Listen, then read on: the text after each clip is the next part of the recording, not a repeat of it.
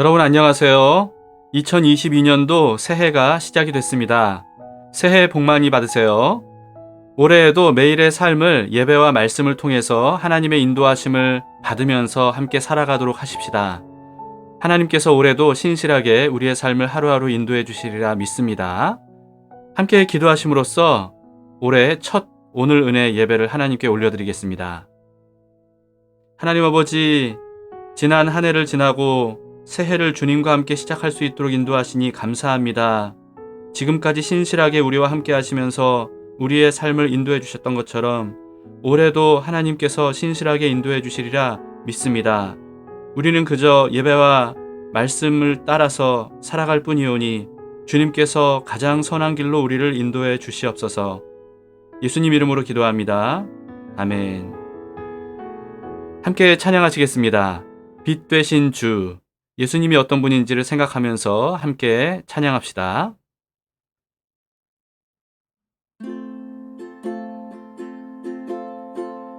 빛 되신 주, 어둠 가운데 비추사 내 눈 보게 하소서.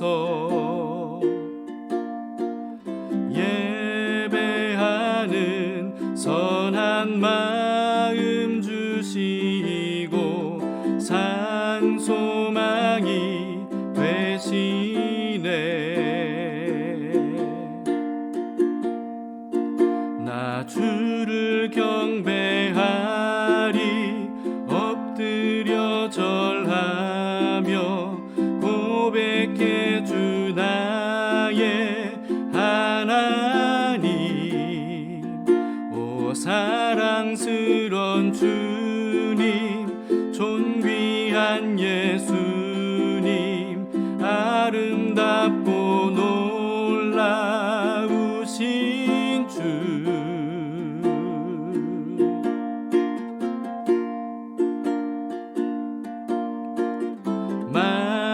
만유의 높임을 받으소서. 영광 중에 계신 주, 겸손하게 이 땅에 임하신 주, 높여 찬양하리라.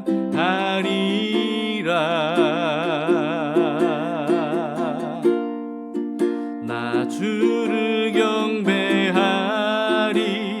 엎드려 절하며 고백해 주 나의 하나님. 오 사랑스런 주님, 존귀한 예수님, 아름답고 놀라우신 주. 나 주를 경배하리, 엎드려 절하며 고백해 주 나의 하나님. 오 사랑스런 주님, 존귀한 예수님, 아름답고 놀라우신 주.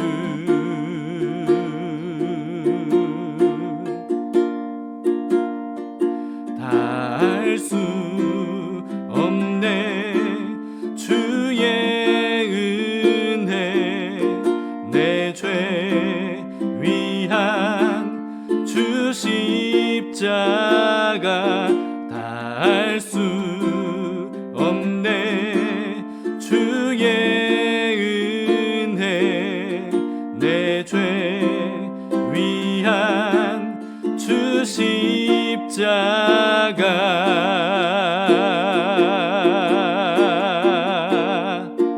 나 주를 경배하리, 엎드려 절하며 고백해 주 나의 하나님. 오 사랑스런 주님, 존귀한 예수님,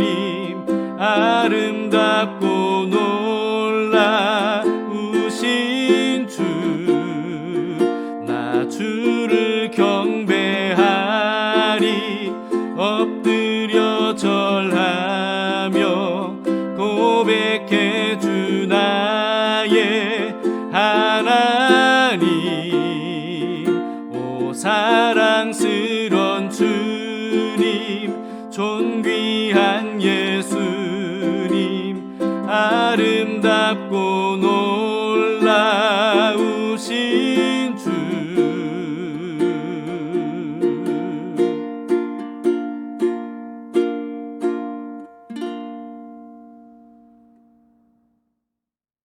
오늘 하나님의 말씀을 함께 보시겠습니다. 새해 첫 번째로 묵상할 성경은 요한이 쓴 복음서인 요한복음입니다. 복음이신 예수 그리스도의 생애를 묵상하는 것으로부터 새해를 시작하는 것, 이게 얼마나 참 감사한 일인지 모릅니다. 오늘 본문은 성탄 감사 예배 때도 제가 잠시 나눴던 본문인데요. 성경에서 가장 신비로운 부분이라고 저는 생각합니다. 함께 이 말씀을 묵상하겠습니다. 요한복음 1장 1절에서 8절입니다. 요한복음 제1장. 태초에 말씀이 계시니라. 이 말씀이 하나님과 함께 계셨으니 이 말씀은 곧 하나님이시니라. 그가 태초에 하나님과 함께 계셨고 만물이 그로 말미암아 지은 바 되었으니 지은 것이 하나도 그가 없이는 된 것이 없느니라. 그 안에 생명이 있었으니 이 생명은 사람들의 빛이라. 빛이 어둠에 빛이 돼 어둠이 깨닫지 못하더라. 하나님께로부터 보내심을 받은 사람이 있으니 그의 이름은 요한이라. 그가 증언하러 왔으니 곧 빛에 대하여 증언하고 모든 사람이 자기로 말미암아 믿게 하려 함이라. 그는 이 빛이 아니요 이 빛에 대하여 증언하러 온 자라. 요한복음을 처음 시작하는 오늘 본문은 예수님이 초월적인 분이라는 사실을 선포하는 내용입니다. 1절, 2절을 보시겠습니다. 태초에 말씀이 계시니라. 이 말씀이 하나님과 함께 계셨으니 이 말씀은 곧 하나님이시니라. 그가 태초에 하나님과 함께 계셨고. 이 말씀에 대해서는요, 제가 담길교회에서는 그동안 기회가 있을 때마다 설명을 드렸습니다. 들으신 분들은 또다시 떠올리시면서 이제는 다른 사람들에게도 설명할 수 있을 정도로 잘 이해하시고 숙지해 주시면 좋겠습니다.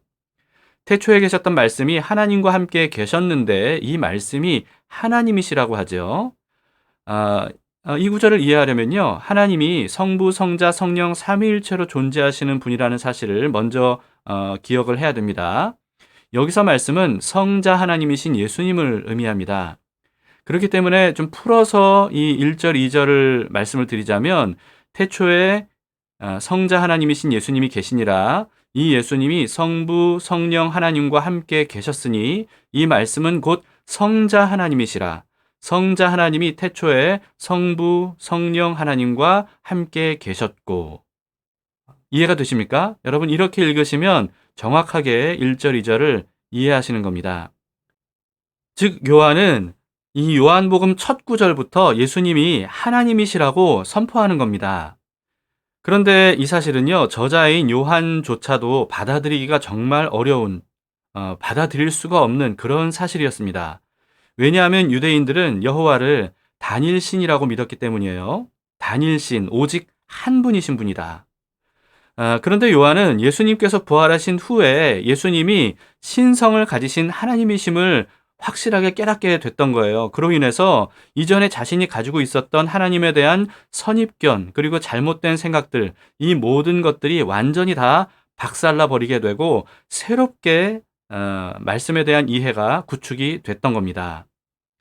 그런데 알고 보면요, 구약 성경에는 하나님이 단일신이 아니라 삼위일체라는 사실을 성경 첫 구절에서부터 전체적으로 너무나도 많이 알려주고 있습니다.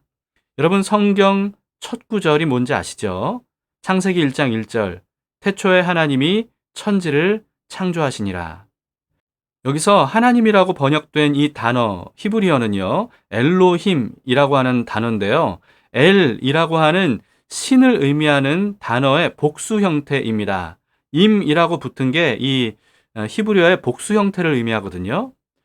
한글로 하나님이라고 번역된 모든 단어는 이와 같이 복수 형태인 거예요. 엘로힘. 즉 천지를 창조하신 하나님은 단일신이 아니라 여러 신이라는 거죠. 그런데 한글 성경으로는 구분이 안 되지만요, 히브리어 성경으로는 여호와를 의미하는 하나님이라는 단어일 때는요, 동사가 단수형으로 쓰였습니다. 그리고 신들이라고 하는 이 복수 형태일 때는 동사가 복수형으로 쓰였어요. 그러니까 히브리어로 동사가 복수형으로 쓴 경우에는 여러 우상들, 여러 신들을 의미하는 단어 또는 일반적인 신을 의미하는 단어이고요. 그렇지 않고 동사가 단수형으로 썼을 때는 여호와 하나님을 의미하는 말로 쓰였습니다. 그렇기 때문에 한글 성경에 하나님이라고 되어 있다고 해서 무조건 여호와 하나님을 의미한다고 생각해서는 안 되고요. 앞뒤 맥락을 통해서 여호와 하나님을 의미하는 하나님이라는 단어인지 아니면 우상들 또는 여러 신들, 일반적인 신을 의미하는 단어인지 이거는 우리가 분별하면서 읽을 수 있어야 됩니다. 그러면 창세기 1장 1절에 하나님에 대한 동사는 복수 형태였겠습니까? 단수 형태였겠습니까? 당연히 단수형입니다. 즉 신들이 천지를 창조하셨는데 한 분 하나님이 창조하신 겁니다. 이게 말 자체가 이해하기 어렵지만 그게 사실이에요. 지금은 우리가 삼위일체라고 하는 말을 익숙하게 알고 있는 시대이기 때문에 이 말씀을 이해하는 게 그렇게 어렵지 않을 겁니다. 그러나 삼위일체라는 단어가 나오기 전에는요, 이 사실을 이해하는 게 너무나도 어려웠을 거예요. 또 신명기에는요, 하나님에 대해서 이렇게 기록이 되어 있거든요. 신명기 6장 4절입니다. 이스라엘아 들으라, 우리 하나님 여호와는 오직 유일한 여호와이시니. 한글 번역으로만 보면 오직 유일한 여호와라고 하는 이 표현이 마치 하나님은 단일신이다 이런 뜻으로 보이지만요, 사실 여기에 유일한이라고 번역된 단어는 모이다, 연합하다 라고 하는 의미의 아하드에서 나온 말입니다. 다시 말해서 하나이긴 한데 완전한 연합을 이룬 하나일 때 표현되는 단어인 겁니다. 하나님이 바로 그런 존재라는 거죠. 이런 식으로 존재하시는 분은 오직 하나님 한 분밖에 없습니다. 그래서 신명기 6장 4절에서 말씀처럼 유일한 하나님이신 거예요. 종합해 보면요, 하나님은 성부, 성자, 성령으로 분명히 구분이 되는 세 분 하나님이신데 셋이 아니라 하나라고 할 수밖에 없을 정도로 완전한 연합을 이루신 한 분 하나님이시다 라고 하는 겁니다. 그래서 요한은 요한일서에서 이렇게 말했습니다. 요한일서 4장 8절. 사랑하지 아니하는 자는 하나님을 알지 못하나니 이는 하나님은 사랑이심이라. 네, 하나님이 어떤 분이시라고요? 사랑이시라는 겁니다. 하나님은 사랑이 많으신 분이다. 하나님은 사랑을 베풀어 주시는 분이다. 이 정도가 아니고요. 하나님의 존재 자체가 사랑이시라는 겁니다. 만물을 창조하시기 전에 어떻게 하나님의 그 존재 자체가 사랑이실까요? 왜냐하면 하나님의 존재 자체가 성부, 성자, 성령께서 완전한 사랑으로 연합을 이룬 하나가 되신 존재이기 때문에 그렇습니다. 여러분 정말 신비롭지 않습니까? 하나님의 존재는요, 이 세상의 어떤 존재와는 완전히 다른 분이십니다. 그래서 오직 하나님만이 이와 같은 삼위일체를 이루신 한 분 사랑이신 분이시죠. 그래서 요한은 사람이신 예수님의 생애를 기록하기에 앞서서 사실은 예수님이 사람으로 오시기 전부터 하나님이셨음을 선포하고 이 요한복음을 시작하는 겁니다. 그런데 요한은요, 성자 하나님을 태초에 계신 말씀이라고 했어요. 그리고 이어서 이렇게 서술했습니다. 3절입니다. 만물이 그로 말미암아 지은 바 되었으니 지은 것이 하나도 그가 없이는 된 것이 없느니라. 예수님이 모든 만물을 창조하신 창조주이시다라고 하는 것입니다. 창세기 1장 1절에서 태초에 천지를 창조하신 분이 복수 형태이신 하나님이시라고 그렇게 말씀을 드렸죠. 그런데 사실 그 자체가 성자 하나님이 포함된 것이라는 것을 우리는 알 수가 있습니다. 그런데 요한은요, 왜 예수님을 굳이 말씀이라고 표현을 했을까요? 우리는 흔히 하나님께서 천지 만물을 어떻게 창조하셨다고 알고 있죠? 하나님께서 말씀으로 만물을 창조하셨다 이렇게 알고 있죠. 창세기 1장에서는요, 하나님께서 천지 만물을 창조하신 내용이 기록이 되어 있는데 하나님께서 빛이 있으라 라고 말씀하셨더니 빛이 존재하게 되었다고 기록하고 있습니다. 이런 식으로 하나님께서 말씀을 하셨더니 그 말씀하신 대로 하나하나 모든 것들이 다 창조된 것으로 창세기 1장에서는 묘사가 되고 있습니다. 그러면 하나님께서 말씀으로 만물을 창조하실 때 어느 나라 말로 창조하셨을까요? 한국말은 아니었을 것 같죠? 그럼 영어였을까요? 프랑스어 또는 스페인어 아니면 히브리어나 헬라어였을까요? 창세기 1장에는 사람이 이해할 수 있는 방식으로 묘사되고 서술이 되어 있지만요. 사실은 언어를 의미하는 게 아니었을 겁니다. 요한복음은 성자 하나님이 바로 만물을 창조하신 말씀이라고 알려주고 있어요. 즉 하나님께서 창조하기로 정하신 것을 직접 만물을 하나씩 하나씩 빚으신 분, 빚었다는 표현도 우리가 이해하기 쉬운 표현이긴 하지만요. 그렇게 하나하나 직접 만드신 분이 바로 성자 하나님 예수님이시다라고 하는 겁니다. 그래서 오늘 본문에 말씀이라고 번역된 단어는 말을 의미하는 어떤 단어, 언어를 의미하는 단어, 그게 아니고요.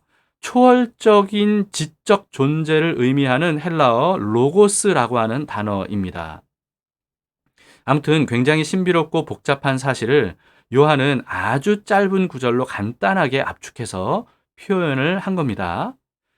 이처럼 예수님은 성육신하셔서 십자가를 지고 죽으신 구원자이실 뿐만 아니고요. 모든 만물을 창조하신 창조자시다.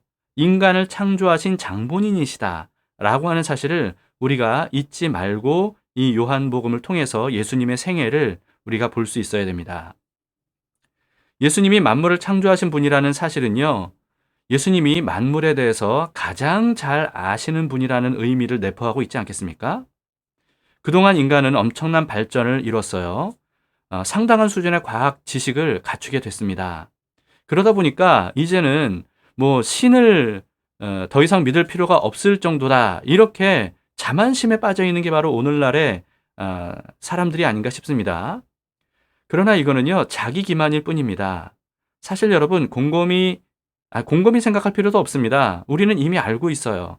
아직 인간은 만물에 대해서 아는 것보다 모르는 게 훨씬 더 많다는 사실. 우리는 그것을 사실은 알고 있죠. 그리고 또 인간이 아무리 발달된 기술을 가지고 있다 할지라도 할 수 있는 것보다 할 수 없는 일들이 훨씬 더 많다는 사실. 이것도 우리는 이미 다 알고 있습니다. 그럼에도 불구하고 이 자기 기만에 빠져 있는 게 오늘날 현대인이 아닌가 싶어요. 의학적으로도요, 인간 존재에 대해서 마치 정말 다 알기라도 하는 것처럼 그렇게 진단을 하죠. 그러나 사실은 파악된 질병보다 파악되지 않은 질병이 훨씬 더 많다는 사실을 저는 몸으로 깨닫게 됐습니다. 20여 년 동안 제가 질병을 앓으면서 이 의학이라고 하는 것이 이렇게나 많이 발달됐음에도 불구하고 모르는 질병이 아직도 압도적으로 많구나라고 하는 사실을 알게 됐습니다. 반면에 예수님은 모든 만물과 만물의 원리를 다 알고 계시는 분이죠. 설계하시고 창조하신 분이니까요. 사람에 대해서도 예수님은 모르시는 게 없는 분입니다. 그렇기 때문에 모든 세상과 인간의 문제가 뭔지를 가장 잘 아시고, 그래서 모든 문제를 어떻게 해결해야 될지를 가장 잘 아시는 분, 바로 창조주이신 예수님이시죠. 그래서 예수님께서 완벽한 구원자가 되실 수 있는 겁니다. 감사하게도 그런 예수님께서 인간의 근본적인 문제를 해결해 주시려고 우리에게 찾아오셨습니다. 요한은 그 사실을 이렇게 표현을 했어요. 4절 5절입니다. 그 안에 생명이 있었으니 이 생명은 사람들의 빛이라. 빛이 어둠에 비치되 어둠이 깨닫지 못하더라. 인간의 근본적인 문제를 어둠이라고 표현을 했습니다. 그래서 인간은 그 어둠 속에 있는 존재라는 겁니다. 그리고 어둠의 근본적인 해결 방법, 그게 뭐냐 하면 단 하나, 빛이죠. 바로 예수님이 어둠 속으로 찾아오신 빛이라는 겁니다. 다시 말해서 인간의 근본 문제를 해결해 주기 위해서 오신 분이 바로 예수님이시다라고 하는 겁니다. 인생 문제 해답이 되어 주시려고 오신 분, 바로 예수님이십니다. 여러분, 예수님은요, 해답을 알려주시려고 오신 게 아니에요. 그게 아니라 예수님 자신이 우리의 해답이 되어 주시려고 오신 겁니다. 그렇기 때문에 우리는 예수님에게 해답을 알게 해달라고, 해답이 뭔지 알려달라고 이렇게 구하기보다는 예수님이 해답이 되어 주시기를 구하는 것이 우리에게 가장 필요합니다. 예수님이 해답이 되어 주시면요, 내가 해답을 몰라도 되는 겁니다. 해답이신 예수님께서 우리의 문제를 직접 다 해결해 주실 거예요. 예수님이 바로 그렇게 하기 위해서 오신 분이십니다. 그래서 내가 해결 방법을 모른다고 해서 답답해할 게 아니고요. 나의 모든 문제를 해결해 주시기 위해서 오신 예수님을 우리가 믿고 의지하고 따르는 것, 이게 우리에게 필요한 믿음입니다. 그런데 문제는 뭐냐 하면요, 이 사실을 대부분의 사람들이 깨닫지 못하더라는 겁니다. 그래서 어둠이 빛을 거부하고 밀어내는 거죠. 이게 바로 모든 사람들의 마음속에 있는 죄성입니다. 어둠이 빛을 거부하는 이유가 뭐겠습니까? 빛이 비추면 어둠 속에 감춰졌던 이 더럽고 추악한 모든 죄악들이 낱낱이 드러나기 때문입니다. 그런데 여러분, 그렇게 빛 가운데서 어둠 속에 감춰졌던 모든 것들이 드러나는 것은요, 구원을 위해서는 필연적인 겁니다. 마치 몸속의 암을 제거하려면 어떻게 해야 되죠? 먼저 수술대에서 메스로 절개해서 보이지 않았던 모든 더러운 암들을 다 드러내야 되잖아요. 그래야 그 암들을 하나씩 하나씩 제거할 수 있는 거죠. 그와 마찬가지인 겁니다. 그러므로 빛이 우리 안에 감춰졌던 모든 죄악들을 다 드러내면요, 거기에 대해서 우리는 수치심을 느끼고 괴롭고 고통스럽고 힘들겠지만, 그러나 그 모든 것들을 있는 그대로 인정하고 우리는 회개함으로써 예수님께서 그 모든 것들을 해결해 주시도록 맡겨야 됩니다. 그러면 마치 수술해서 암덩어리들을 완벽하게 다 떼어내시듯이 예수님께서 우리의 근본적인 문제를 깨끗하게 해결해 주신다는 겁니다. 이게 바로 복음이죠. 그렇기 때문에 우리를 창조하신 예수님께서 우리의 근본 문제를 해결해 주시기 위해서 오신 분이라는 사실을 우리가 분명히 알고 믿어야 됩니다. 그 사실을 주님께서 알려주시려고 세례 요한을 먼저 보내주셨던 거예요. 6절에서 8절을 보시겠습니다. 하나님께로부터 보내심을 받은 사람이 있으니 그의 이름은 요한이라. 그가 증언하러 왔으니 곧 빛에 대하여 증언하고 모든 사람이 자기로 말미암아 믿게 하려 함이라. 그는 이 빛이 아니요 이 빛에 대하여 증언하러 온 자라.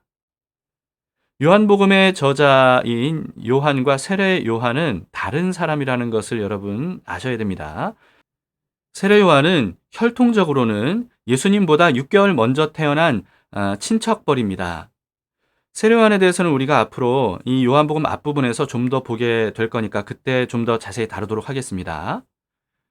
새해를 맞이하는 오늘, 새해를 가능하게 하는 이 태양과 빛과 이 주기적인 순환의 원리, 이 모든 것들을 창조하신 분이 바로 오늘 본문의 예수 그리스도이심을 우리 깊이 묵상해 보도록 합시다. 새해를 맞이하면서 올 한 해를 어떻게 하면 우리가 잘 살 수 있겠습니까? 새해를 가능하게 하신 예수님과 함께 하는 것, 그게 바로 올 한 해를 잘 사는 방법 아니겠습니까? 모든 만물을 창조하신 말씀이신 예수님께서 우리를 찾아오셨고요. 그 예수님께서 우리의 삶을 하루하루 인도해 주실 겁니다. 완전한 구원자이신 예수님께서 우리를 설계하시고 창조하신 분이라는 사실을 우리가 기억한다면 예수님과 함께하는 삶보다 더 지혜롭고 더 안전하고 더 확실한 삶은 없을 겁니다. 올 한 해 하루하루를 살면서 오직 예수님만 믿고 말씀이신 예수님께서 인도하시는 대로 우리가 함께 살아가 보도록 합시다. 그러면 빛으로 오신 예수님께서 우리 안에 모든 어둠을 다 몰아내 주셔서 생명의 길로 우리를 인도해 주시리라 믿습니다. 올 한 해 예수님 안에서 복 많이 받으시길 바랍니다. 함께 기도하시겠습니다.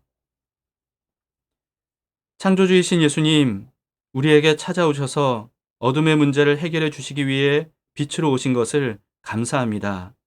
이제 어둠을 버리고 빛 가운데로 나아가기를 원합니다. 빛이신 예수님과 함께 동행하면서 빛 되신 예수님의 인도하심을 따라 살기를 원합니다. 비록 우리가 해답을 알지 못한다 할지라도 해답이신 예수님이 함께 하시면 문제가 없는 줄 믿습니다. 올 한 해 예수님을 믿고 하루하루 믿음의 발걸음을 떼고 살아가는 저희들 될 수 있도록 인도해 주시옵소서. 오늘 첫날 첫 시간 주님께 드리오니 첫날부터 주님과 함께 동행하는 하루가 될 수 있도록 인도해 주시리라 믿습니다. 감사하며 예수님 이름으로 기도합니다. 아멘. 네, 오늘 말씀을 여러분 다시 한번 묵상해 보시면서 예수님이 어떤 분이시고 또 그런 예수님이 나와 함께 하신다라고 하는 사실을 깊이 생각하심으로써 새해 첫날을 복되게 살아가시기를 예수님의 이름으로 축복합니다. 임마누엘로 오신 예수님께서 오늘도 우리와 함께 하십니다.